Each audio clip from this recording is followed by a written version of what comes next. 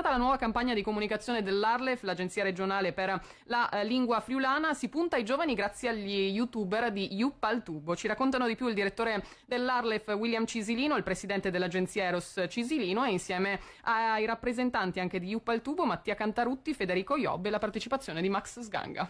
Della campagna è duplice: da un lato consolidare un canale che ci ha già dato moltissime soddisfazioni, abbiamo oltre 13.000 iscritti, 2,3 milioni di visualizzazioni, oltre 90 video caricati e vengono caricati mediamente ogni 10 giorni, quindi un canale che per essere di livello regionale ha davvero sfondato.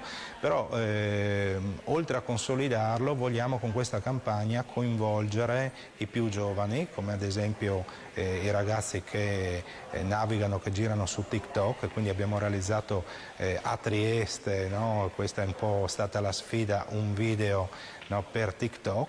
Quindi siamo divertiti molto, abbiamo avuto questi due giovani che si chiamano Katie Uding e che hanno potuto trovare, ecco, una grande simpatia dall'altra parte con il corrispettivo Kel di Trieste, che è Max Sganga, e che ci ha dato la possibilità di poter scoprire qualcosa in più anche sul triestino. Quindi è una bella collaborazione che andrà avanti anche nelle prossime puntate.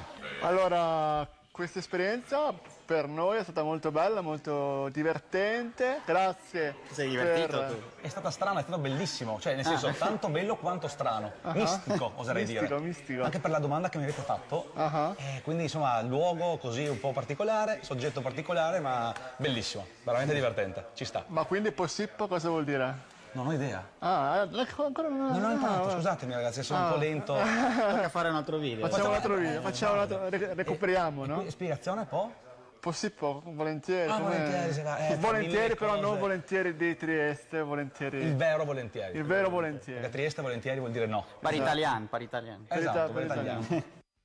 E grazie anche alla simpatia dei ragazzi di Yupp al Tubo, in collaborazione anche con un po' di triestino di Max Sganga, passiamo a un'altra notizia.